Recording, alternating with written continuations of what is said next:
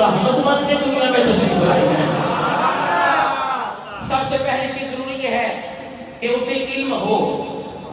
علم ہوگا تو رحمت ہوگی نا۔ تو مصطفیٰ کا علم کتنا ہے؟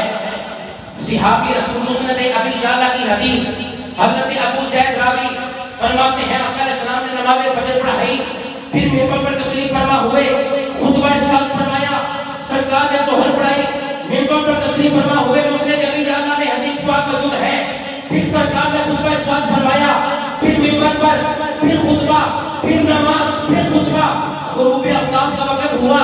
حضرت ابو زید سے پوچھتے ہیں آقا نے کیا کیا فرمایا؟ صحابی کا عقیدہ ہے فَأَخْبَرْنَا بِمَا قَانَا وَبِمَا هُوَ قَائِنٌ، صحابی کہتے ہیں جو ہو چکا تھا مصطفیٰ نے وہ بھی تفسیر کرا، جو ہونے والا سی مصطفیٰ نے وہ بھی